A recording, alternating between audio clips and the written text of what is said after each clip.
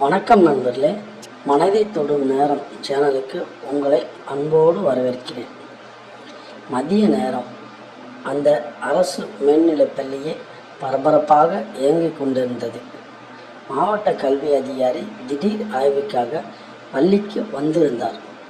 தலைமை ஆசிரியர் அறையில் அனைத்து ஆசிரியர்களும் பதற்றத்துடன் நின்றிருக்க, தமிழ் ஆசிரியை சுகந்தி மட்டும் ஏதோ ஒரு கோப்பை தேடி தீவிரமாக அலைந்து கொண்டிருந்தார். அடுத்த சில நிமிடங்களில் கல்வி அதிகாரி வகுப்பறைக்கு வரவிருந்தார். சுகந்தி தேடிய முக்கிய ஆவணம் கிடைக்கவில்லை. அவளது கைகள் பதற்றத்தில் நடுங்கின. அப்போது வகுப்பறை கதவோரம் ஒரு நிழல் தெரிந்தது. அந்த பள்ளியின் காவலாளி கதிர். மேடம், இந்த ஃபைலை தானே தேடுறீங்க என்று கதிர் ஒரு கோப்பை நீட்டினான். சுகந்தி நிம்மதி பெருமூச்சு விட்டாள். ஆமா கதிர், இது எங்கே இருந்தது என்று கேட்டாள். நீங்கள் நேற்று ஸ்டாஃப் ரூமில் வச்சுட்டு போயிட்டீங்க மேடம். மழை வர்ற மாதிரி இருந்ததால் பத்திரமாக எடுத்து வச்சேன் என்றான் கதிர் புன்னகையுடன். அவனது அந்த பொறுப்பான செயல் சுகந்தியின் மனதில் ஒரு மெல்லிய தாக்கத்தை ஏற்படுத்தியது. புதிய தொடக்கம் மற்றும் ரகசிய உதவி. சுகந்திக்கு வயது 30. கணவரை இழந்து தனிமை, குடும்ப பொறுப்புகள் என அவளது மொத்த வாழ்க்கை இயந்திரத்தனமாக நகர்ந்து கொண்டிருந்தது. அந்த பள்ளிக்கு அவள் வந்த சில மாதங்களிலே ஆயிருந்தன. 26 வயதான கதிர் மிகவும் அமைதியானவன். பள்ளியின் பாதுகாப்பை தாண்டி அவனது அனைத்து ஆசிரியர்களுக்கும் மாணவர்களுக்கும் அவனால் முடிந்த உதவிகளை செய்து வந்தான். நாட்கள் செல்ல செல்ல சுகந்தி ஒரு விஷயத்தை கவனித்தாள். அவள் வகுப்பறையில் பெரும்பலையில் எழுதி போடும் கடினமான தமிழ் இலக்கண புதிர்களுக்கான விடைகள் மறுநாள் காலை அவள் வருவதற்கு முன்பே பலகையின் ஓரத்தில் அழகிய கையெழுத்தில் எழுதப்பட்டிருக்கும். யார் இதை எழுதுவது என்று சுகந்திக்கு ஒரே ஆச்சரியம். ஒரு நாள் அதிகாலையிலேயே பள்ளிக்கு வந்த சுகந்தி ஜன்னல் வழியாக எட்டி பார்த்தாள். அங்கே கதிர் கையில் துடைப்பத்துடன் நின்று கரும்பலகையில் இருந்த ஒரு தமிழ் கவிதையை ரசித்து படித்து கொண்டிருப்பதை கண்டாள். வெளிவந்த உண்மை. சுகந்தி மெதுவாக வகுப்பறைக்குள் நுழைந்தாள். கதிர், அப்போ இதெல்லாம் தினமும் நீதான் எழுதுறையா என்று கேட்டாள். கதிர் அதிர்ச்சியடைந்து கையில் இருந்த சாக்பீஸை கீழே போட்டான். மன்னிச்சிடுங்க மேடம், எனக்கு தமிழ்னா ரொம்ப பிடிக்கும்.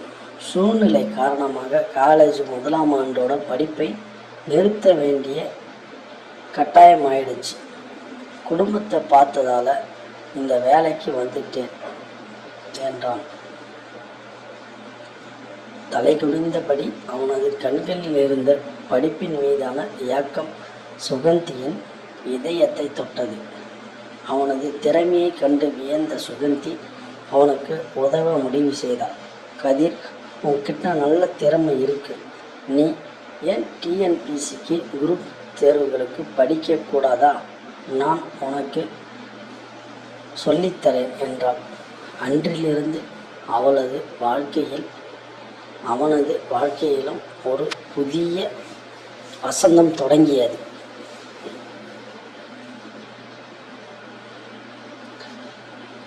தினமும் மாலை பள்ளி முடிந்ததும் பள்ளி வளாகத்தில் உள்ள மரத்தடி நிழலில் சுகந்தி கதிருக்கு பாடம் சொல்லிக் கொடுக்க தொடங்கினார். கதிரின் கூர்மையான அறிவும் சுகந்தின் அர்ப்பணிப்பும் அவர்களை இன்னும் நெருக்கமாக்கியது.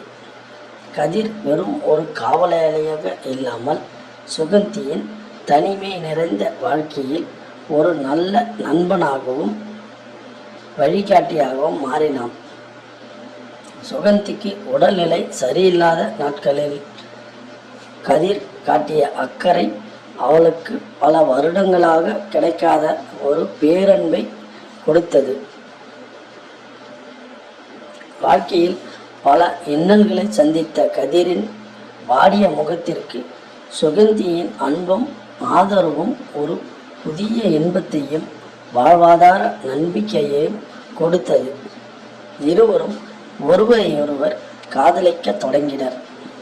ஆனால் தங்களின் சமூக அந்தஸ்து மற்றும் வயது வித்தியாசத்தை நினைத்து அதை வெளியில் சொல்லாமல் மௌனமாகவே வைத்திருந்தனர். எதிர்பாராத திருப்பமும் சுபமுடிவும் ஒருவரும் ஓடியது.